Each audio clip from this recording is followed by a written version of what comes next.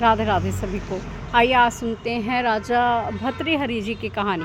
राजा भर्तृहरि जी उज्जैन नगर के सम्राट थे जो एक छत्र शासन कर रहे थे पूरे विश्व पर। राजा भर्तृहरि जी ने एक बार अपने मन को टटोला कि ये मेरा मन चाहता क्या है। मैं एक छत्र सम्राट हूँ, फिर भी कहीं खुशी नहीं, कहीं शांति नहीं।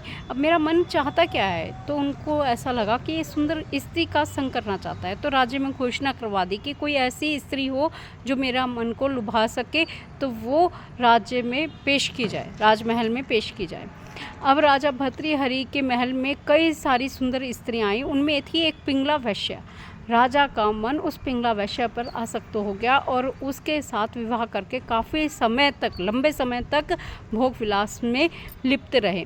अब भोग विलास में इतना लिप्त होने के कारण राजपाट का सारा कार्यभार उन्होंने अपने छोटे भाई विक्रमादित्य को सौंप दिया।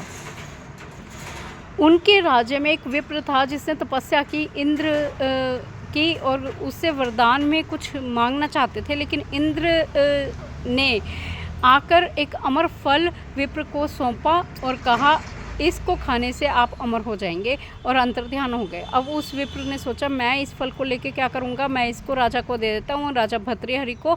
वो खुश होंगे, वो स्वस्थ होंगे, वो अमर होंगे तो हमारा राज्य भी खुश होगा। तो अब राजा भर्तृहरि को जब वो अमर फल मिला तो उन्होंने सोचा कि मैं इसको लेके क्या करूँगा। उन्होंने अपनी पत्नी पिंगला को वो अमर फल दे दिया और कहा कि तुम इसको पालो ताकि तुम अमर हो जाओ, और तुम खुश रहोगे तो मैं भी खुश होऊंगा। लेकिन काफ़ी समय तक एक ही पुरुष के साथ संभोग करने से पिंगला का मन डामाडोल हुआ, डगमगाया। अब उसको एक नया पुरुष चाहिए था। उसने महल के पीछे जो घुड़साल में एक अश्वपाल था उसको देखा, उस पर आसक्त हुई और अपनी दासी को भेजकर कहा कि पिंगला, रानी पिंगला तुमसे मिलना चाहती है। राजा के सोने के बाद जब उससे मिली तो उसकी आसक्ति और प्रेम बढ़ता चला गया। अब पिंगला ने वो जो अमर फल था उस अश्वपाल को दे दिया कि अगर तुम इसको पालोगे तुम अमर हो जाओगे, तुम स्वस्थ होगे, तुम खुश होगे, तो मैं अपने आप ही खुश हूँ। उस अश्वपाल की दोस्ती यारी थी राजा के दरबार में नृत्य करने वाली एक नर्तकी से। अश्वपाल ने वो अमर फल नर्तकी को दे दिया कि अगर तुम स्वस्थ हो, तुम खुश हो, तुम अमर हो तो मैं अपने आप ही खुश हूँ। अब नर्तकी ने सोचा कि मैं इस अमर फल का क्या करूँगी। अगर राजा अमर है, राजा खुश है, स्वस्थ है, तो सारी प्रजा खुश है। तो नर्तकी ने वो अमर फल राजा भर्तृहरि को दे दिया। अब जब राजा भर्तृहरि ने वही फल वापस अपने हाथ में देखा तो सोचने लगी घूम फिर कर मेरे पास कैसे आया। तो नर्तकी से पूछा क्यों री, ये अमर फल तेरे को कहाँ से मिला? विप्र लेके आया, समझ में आया, तपस्या की, उसको इंद्र ने दिया, तू कहाँ से लेके आई?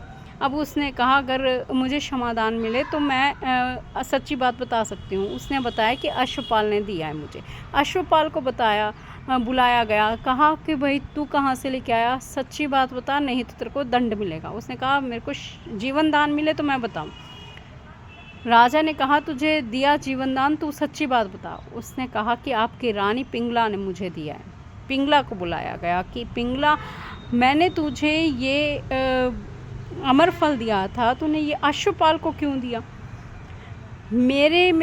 मेरे से भी अगर तू तृप्त नहीं हुई तो और किससे तृप्त होगी? मैं एक छत्र सम्राट हूँ, पूरे विश्व का एक छत्र सम्राट हूँ मैं। अगर मुझसे कोई भी चीज़ मांगती तो मैं तुझे दे सकता था, लेकिन तूने मुझे छोड़कर उस अश्वपाल से दोस्ती यारी रखी।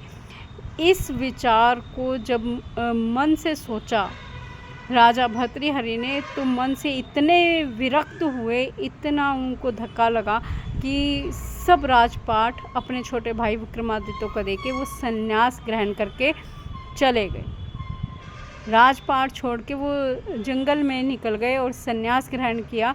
वहीं उन्होंने तपस्या करी, अपना आजीवन वहाँ जंगल में व्यतीत किया। जब तक कोई अपना हमें दिल पर ऐसी चोट ना दे जिससे हम पूरी आसक्ति छोड़कर भगवान की तरफ ना मुड़ें तब तक हमारे में संन्यास और वैराग्य उत्पन्न ही नहीं होता। थोड़ी सी भक्ति करने से कोई वैरागी नहीं बनता या सन्यासी नहीं बनता। संसार में रहकर काम, क्रोध, मोह, लोभ, मद, मत्सर इनसे विकार इनका विकार जब हम अपने मन से हटा सकें तब सही अर्थों में हम सन्यासी हैं। तो इसी के साथ अपने मन के सभी विकारों को हटाते हुए अपने भगवान में अपने मन को लगाते हुए बोलते रहिए राधे राधे।